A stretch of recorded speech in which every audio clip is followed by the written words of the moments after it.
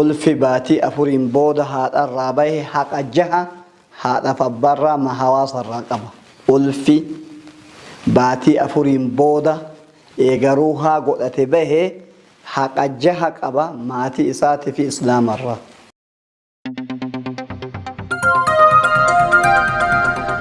Subhaanallah, gaafiin baay'ee yaachisaa fi murteessaa yeroo ammaatti wal qabatu gaafiin ogeessa fayyaattu gaafata. Gaafiin ogeessa fayyaa fakkaata. Ogeessa fayyaa obboleessi keenya kuwan inni jedhu nuti mana ogeessa fayyaati. Yeroo hedduu ulfi sababaa adda addaatiin ka boca godhate ka baatii 5 ol ture yeroon garaa haadhatii bahu hin jiraa jedha mana yaalaa keessatti. Ulfi boca godhatee nama tahee lubbuun itti afuufame baatii 5 ol yeroo tare yeroon haadharraa bahu hin jira.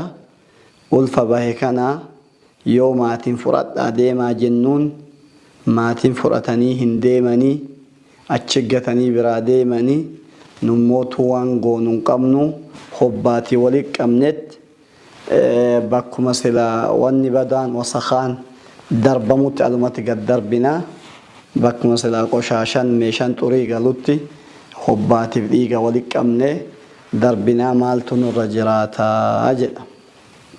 Gaafiin baay'ee yaachisa murteessadha.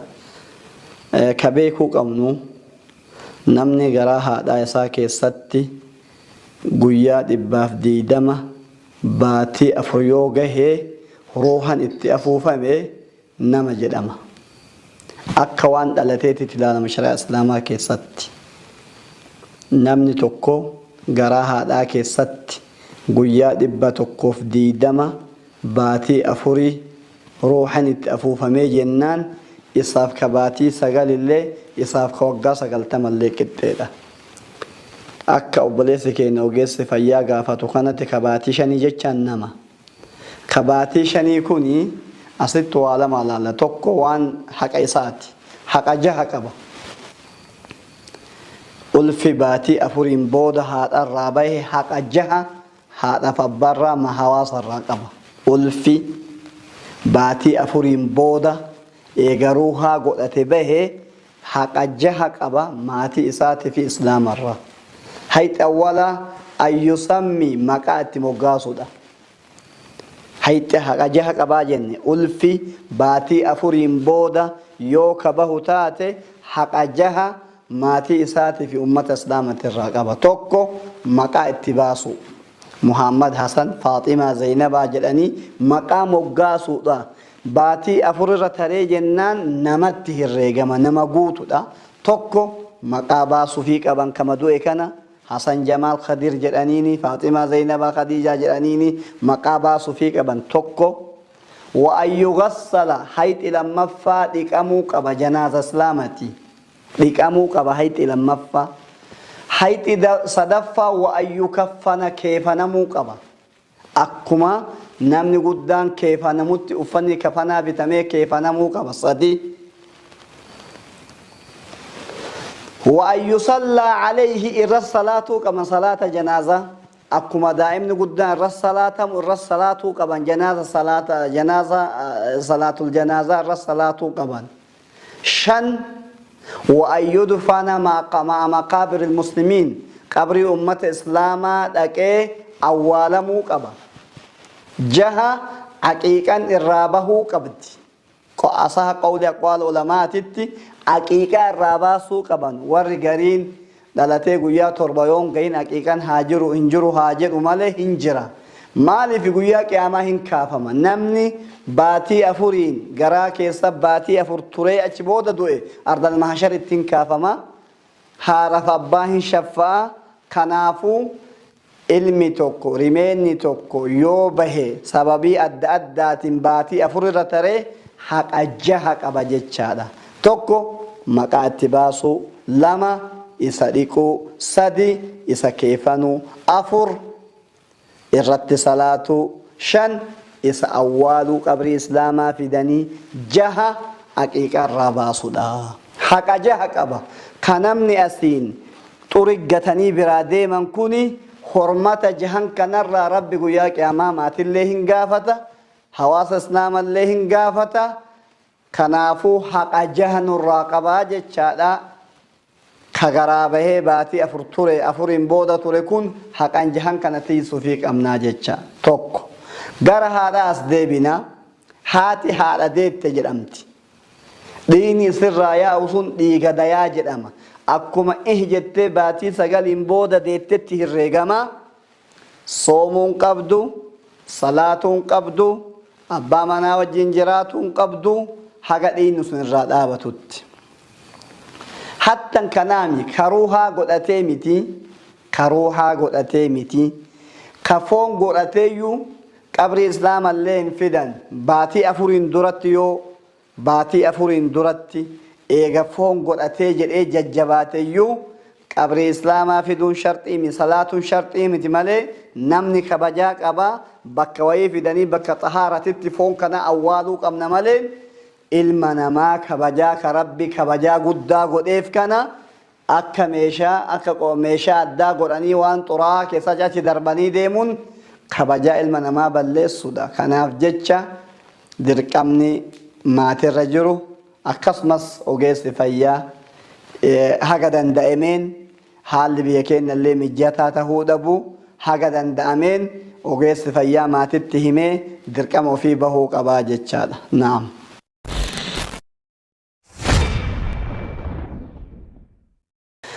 أما اللي في مسا والقبة توجيس فيا كجرو يروه الدكتور توكو دبرين أرجما ريمين نجارات ألف جرا ركو أدا خيوط ألته والجنجرين نساء الفاتو كماتي ركسو جرابا سندن دعما قرنا بودا قرنا نرجعهمت ركنا متاقبا ومرت ركنا قبا jireen isaa jiraatuun baay'ee ulfaataadha.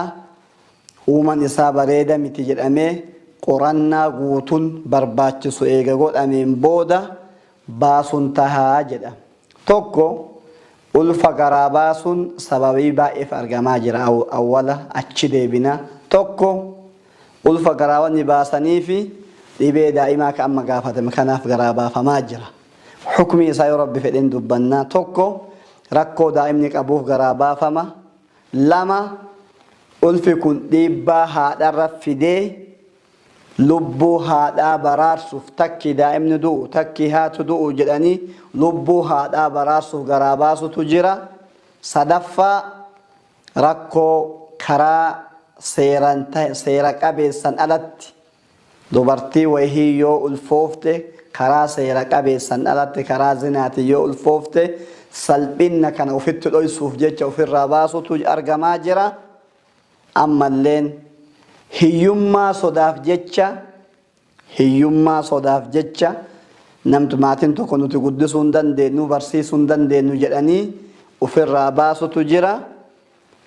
Ka itti aanu garatti du'ee baasutu jira jecha. Kun martuu hukmii addaan qaba. Waa meeqas ni dubbadhe tokko sababa rimeenni rakkoo godhatuutiif baasuu takka sababa lubbuu haadhaa baraaruutiif baasuu lama sababa badii ofis sattaruutiif baasuu sadii sababa hiyyummaa sodaatiif baasuu afur sababa ammanta nammootu rimeenni kun garatti du'uuf garaa baasuu shan. Fakkeenya gurdaan shan karaa shaniin bahaa kanaa ol illee hin jira jechaadha. Akka fakkeenyatiifis ni kaase malee. Gaafii kana yoo wal qabate gaafin kun daa'imni yoo dhukkubsate uuman isaa yoo karooran jiraatin fayyaan isaa baay'ee yaachisaa yoo tahee dhibee adda addaa tiftahe baasuun baqqaadha.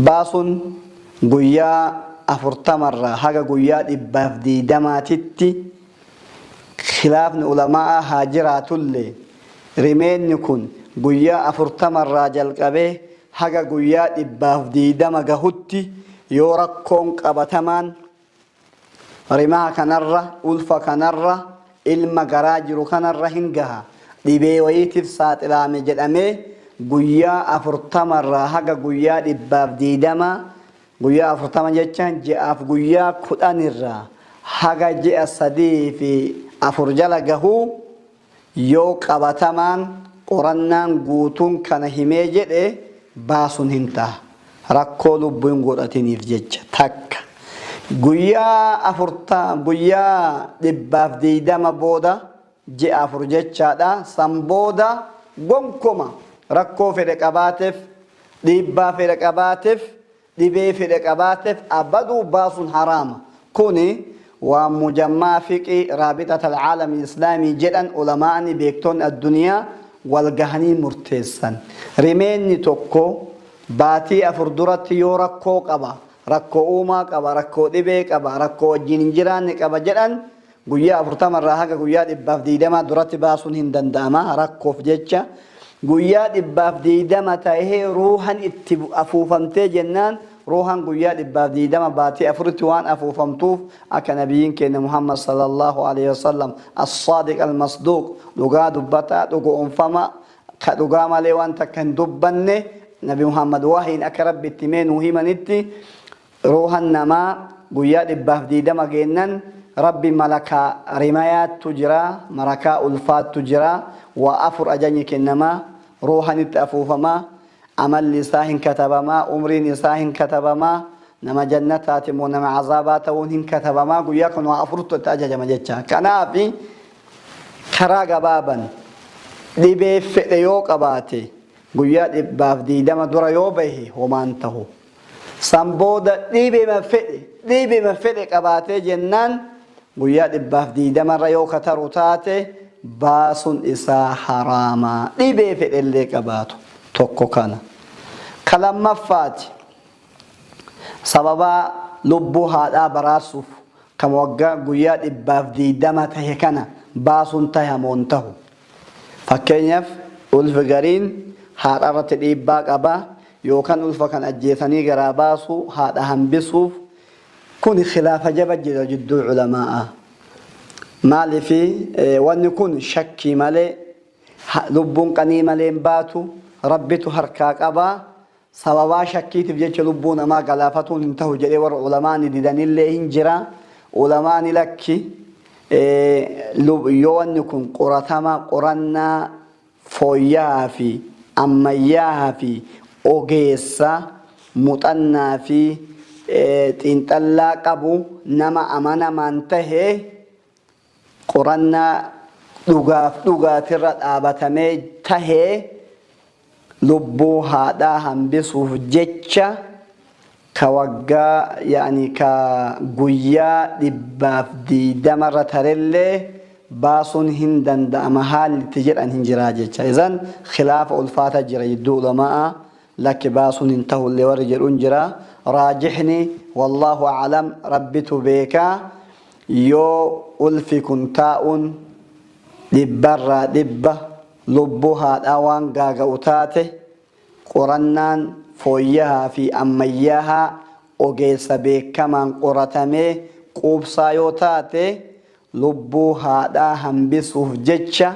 irtikaabu akhaffi dararayni dararaadha haatillee du'uun darara ulfillee du'uun dararaa kan keessaa tokko qabatuun waan dirqama ta'eef dararaa irra laafaa haadhaa ilmi kun ulfi kun duutu irra kisaaraa xiqqaadha haati du'urra maaliif haati ilma hedduutu sii dhaba ilmaan guddisaa jirtu jira tajaajila kennaa jirti kanaaf lubbulleen takka taatu tajaajilli namni kennu garagara lubbuu rabbi biratti takkama xiqqaaf guddan laakiin bu'aan nam tokko hawaasa fi maatii buusu lubbulleen takka taatu waan takka hin taaneefi haala kanarratti izan ulfa guyyaa 120 ji'a yookaan ji'a 4 gahee haala takka qofatti baasuun danda'ama jecha